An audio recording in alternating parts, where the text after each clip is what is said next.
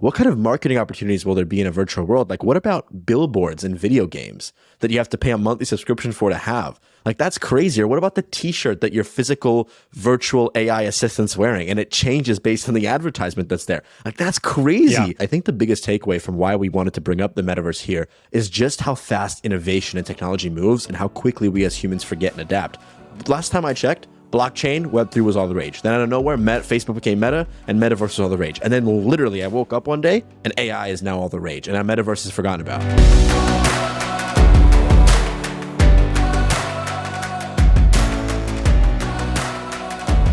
Welcome back to a brand new episode of the 8-Figure Agency Show, where a successful entrepreneur and a soon-to-be successful entrepreneur help you build an 8-figure agency by documenting our successes and our failures. And today, ladies and gentlemen, boy, do we have some hot topics for you guys today. Today, we are going to be covering, and I might have said today like 4 times there, but today we are going to be covering what happened to the metaverse. At one point, it was all the rage. Next thing we know, it has absolutely disappeared, and AI has become all the rage. We'll cover that momentarily.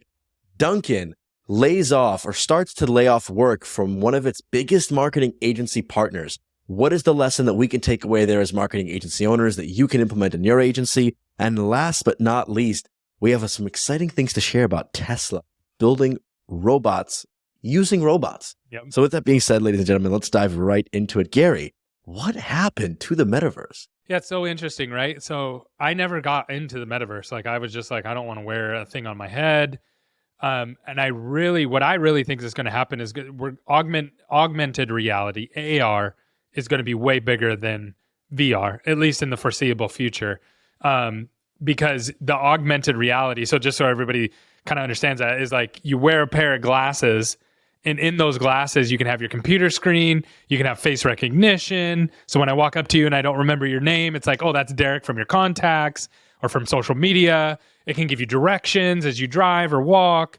It can pull up menus at a restaurant just by looking at a QR code. Like, you can do all those things with augmented reality. Virtual reality is where you're fully immersed in a fake world. So it's not laying a layer between you and the real world.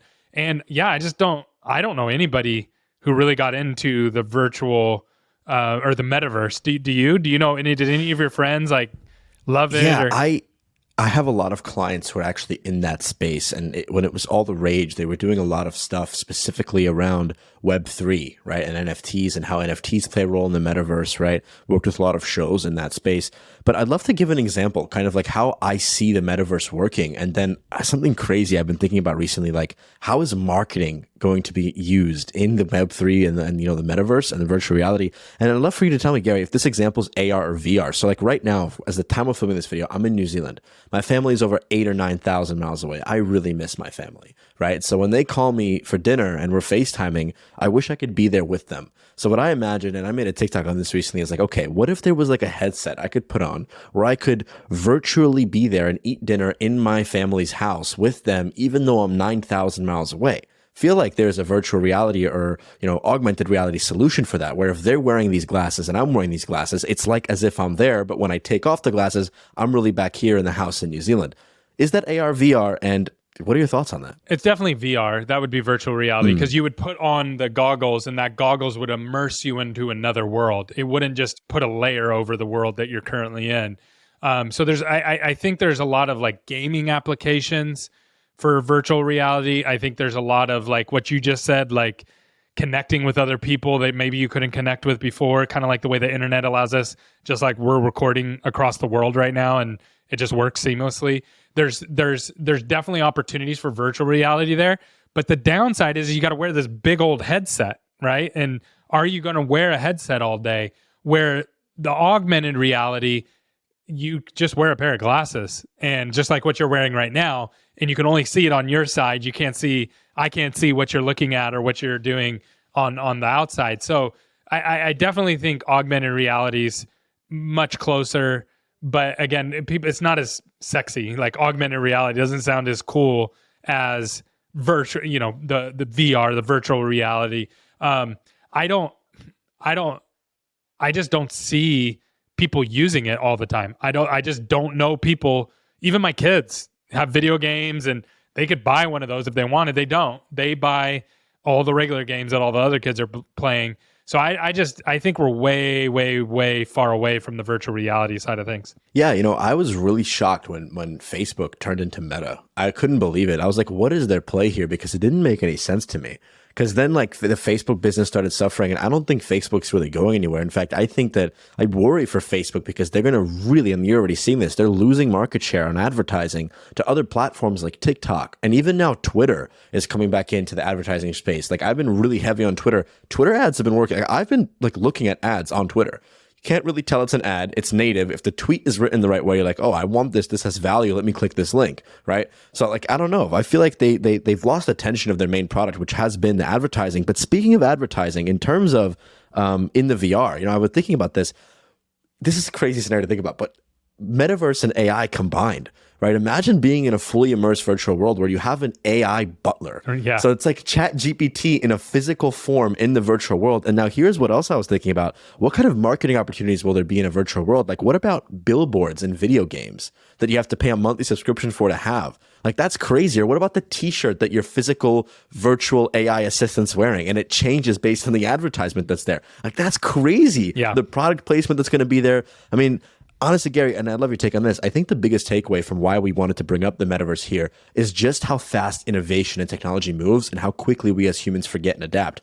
Last time I checked, blockchain, Web3 was all the rage. Then out of nowhere, Facebook became Meta and Metaverse was all the rage. And then literally I woke up one day and AI is now all the rage and our Metaverse is forgotten about. Yeah, and I think it's about application, right? So like Web 3.0 and blockchain and NFTs and all those things has real life application, but it's hard to use. Like you can't just walk in and just say, yeah, I'm using my blockchain right now, right? It doesn't work that way. But there is real life application, especially around moving money around and things like that, right? Then you go into VR and it was like, VR is the new thing. And I'm just like, okay, well, I'm going to sit here and kind of watch. And remember when they were like, all these companies are buying up land in the metaverse and they're paying all this money and to your point, they're putting up buildings and all those kind of things. And I'm just like, okay, well, let's kind of see, right? Let's see what happens. And nothing really came out of it because what was the application? The application to the common person never really applied. Then they've been talking about AI forever. Like AI has been around talking about, people have been talking about AI forever. But it was when Chat GPT came out and I could actually go in and use the interface myself without any learning curve. That's when people were like, oh, now we get it. And so it's just about having that application that scales that people can actually use and understand. That's what makes it stick. And now everybody's scrambling, trying to figure out, okay, what is the next AI company that we should start that will be that thing that sticks? But I don't think that there's going to be, it's kind of like Google and search engines, right? So during the .com boom, Derek, there was, I don't even think you were born yet during this time, or maybe you were just like a baby. There was all these companies. Everybody, and all you had to do, Derek, was say, yeah, I'm starting a .com. So I'm Bing.com or I'm Paper.com. And so nobody had .coms before that in their names. And then all of a sudden, every company started coming out and they were .com. And so everybody started investing into all of them. There was all these opportunities. Let's invest into these .coms. Well, most of them failed. Most of them were just garbage companies that were worth nothing. That's called the .com bubble. It was a big inflation in the stock market, and then it all came crumbling down. But the companies, if you picked a good company like Google or one of these other ones that came out during that time, you were a big winner. Like you won a lot of money, or you lost all your money if you picked the wrong companies. And so the same thing is going to happen here with AI, where there's going to be tons of companies that come out. There's going to be billions and billions, if not trillions of dollars that flow into AI. And then when that money flows in, there's going to be only a couple winners or losers. But I don't know if you noticed this, ChatGPT is actually basically free to use, and you can use it in other applications. It's like open source. Why did they do that? Yeah, why did they do that? The reason they did that is because it's easy to copy. And so they said, we'd rather make a little bit of money on each transaction that everybody's using it for API than to try to lock it down and make it our own thing, because it's not protectable. So yeah, it's really interesting to see how this goes and how this grows. But listen, speaking of not protectable, as marketing agency owners, Gary, I don't know about you, but I often struggle Similarly, and I actually just went through this for those who've been listening to the episodes previously, with some of our clients having too much of our total revenue, or certain clients making up too much of our revenue. And our second story here is just about that. Anomaly, which is one of the big name marketing agencies, does a lot of work for Dunkin' Donuts. And most of you are going to know who Dunkin' is. And if you don't, this is a picture of them. But for those not living under a rock, Anomaly in the story here that you're seeing on screen right now had to lay off 8% of their workforce because of talks that Dunkin' is going to be reducing their scope of work with with Anomaly, with the agency. So when I read this, I instantly related to this because, Gary, the amount of times you've talked to us about not having one client make up too much of your revenue is huge. And it's interesting to me to see that even the big name marketing brands make the same mistake, losing one client and laying off 8%. I mean, for a company like Anomaly, that is a big change because of one client shift.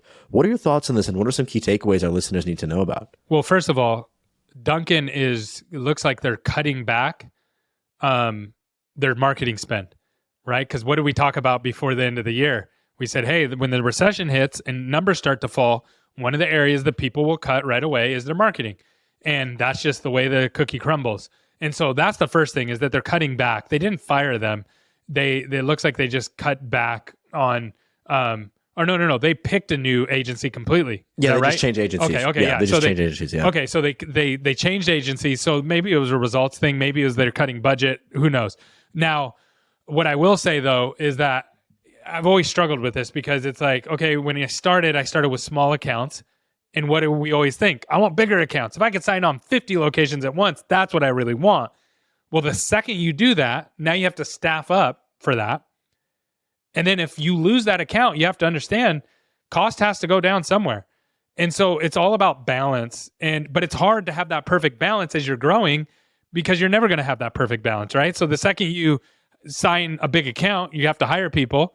Then you have to go back and say, okay, now we have to go back and get more little accounts to balance that out, which means you have to hire more people again, right? So it's just like this, it's this back and forth. There is no perfect, this is the balance that we have. Really what you want to get to is if X amount of people cancel, we're going to be able to stay open and stay alive.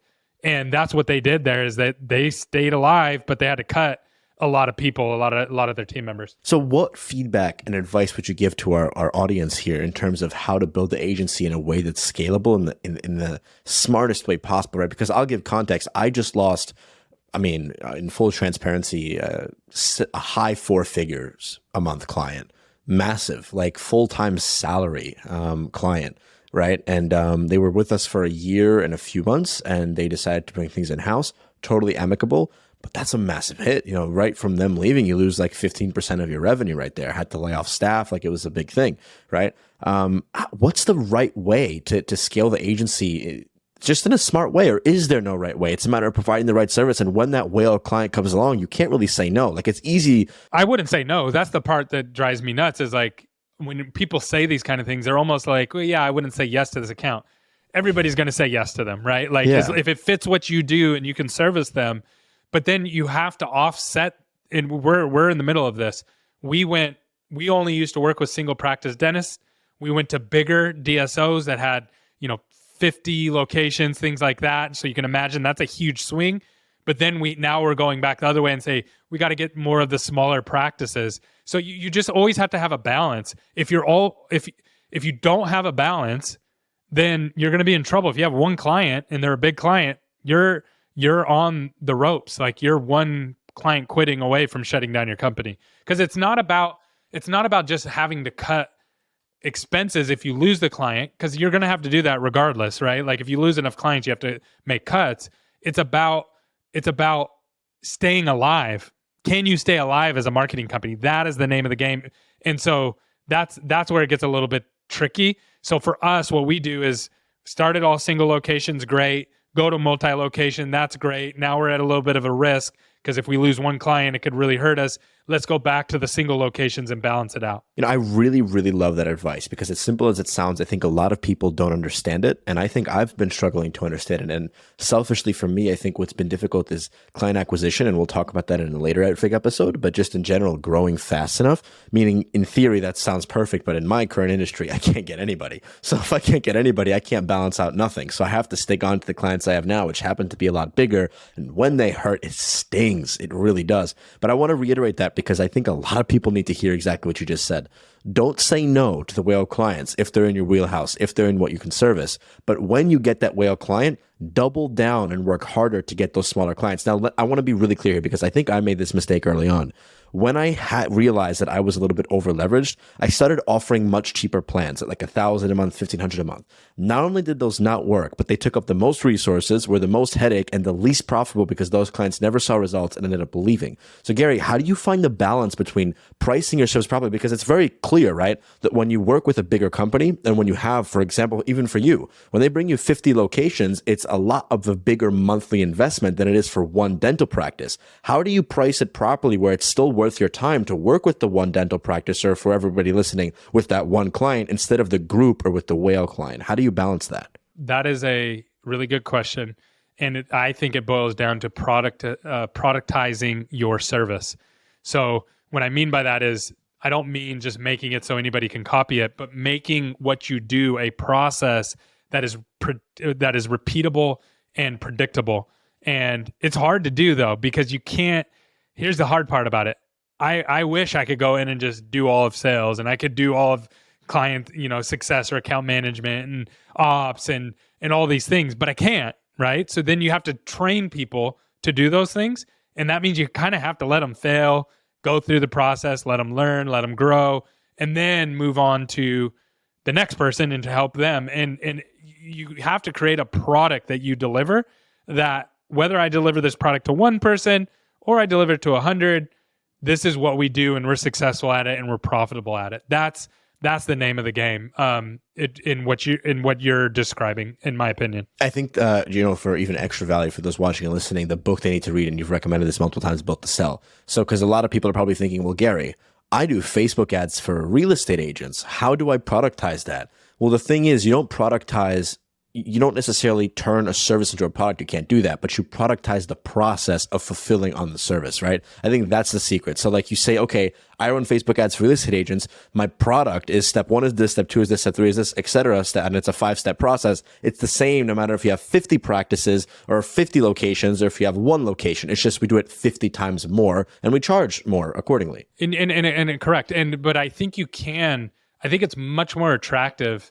So if I was a real estate agent, using your example, I think it's a much more attractive if you said, I'm a real estate marketing person versus I'm a real estate marketing person, or I help you sell more houses, or I help you get more clients that want to buy houses. Really, how do you do that? Well, we have a proven system that we use. It's 5 steps. We use Facebook ads, and this is how we do it. Boom, boom, boom, boom. That's much more appealing than, I'm just a marketing agency. Tell me, you want me to build you a website? Right? So when you productize your process, what it allows you to do is market it in a way that it's very difficult to compete against. I love it. It's all about your offer. But Gary, when it comes to being difficult to compete, human labor is very difficult to compete with robots. So that takes us to our kind of third story here. Take us away, Gary. What is happening at Tesla? Yeah. So I just watched a video of Tesla. They did their their investor day or whatever, and where they're doubling down, Derek, is everybody's going to have a personal robot. Like what you just said in the metaverse, you said, hey, in the metaverse, there's going to be, robots. In the real world, I think there'll be more robots than in the metaverse. And what was cool about the video that Elon Musk made was it actually had robots making the other robots. So he had a robot sitting there on a table, and the other robots were coming up, putting the arm on and those kind of things. And when you combine AI with that, like, I really think in the future, like, that's going to, I mean, think about laundry. Who likes doing laundry?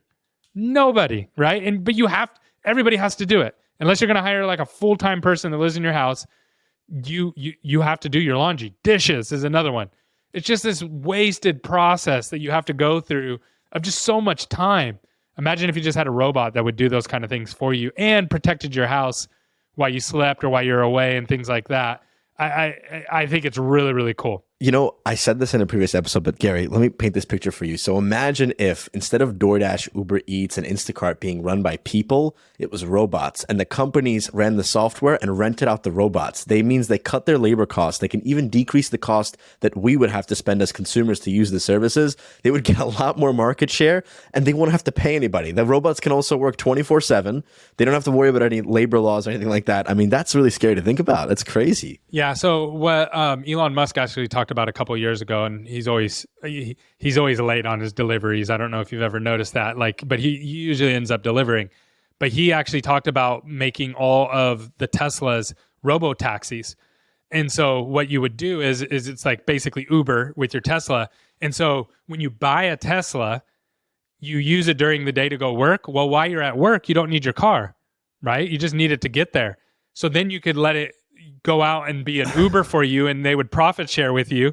And then at night when you go to bed, you don't need your car at that time either. And so it would go out and it would pick up people, take them. That's crazy. Yeah. We're a little ways out from that. That technology, the self, I have a Tesla. The full self-driving is not where it needs to be yet to be able to do those kind of things. But we're not like crazy far away. We're years, like it's going to happen. Is it going to be 2 years or 5 years, 10 years? It's definitely going to happen though. No, this is insane. I mean, this stuff keeps getting crazier and crazier, and I'm really excited to see where these things go. But Gary, I think we covered some really hot stories today that provide a lot of value to the audience, from robots taking away human labor and robots building robots, to dealing with churn and, market share and having clients take in too much of your revenue, to what happened to the metaverse. I think it was definitely a valuable episode. With that being said, thank you guys so much for watching and or listening to this episode of the 8-Figure Agency Show. If we provided you value ever, please consider leaving us a review on Spotify and Apple Podcasts. Check us out on TikTok, Instagram Reels, and YouTube Shorts. And with that being said, guys, till next time.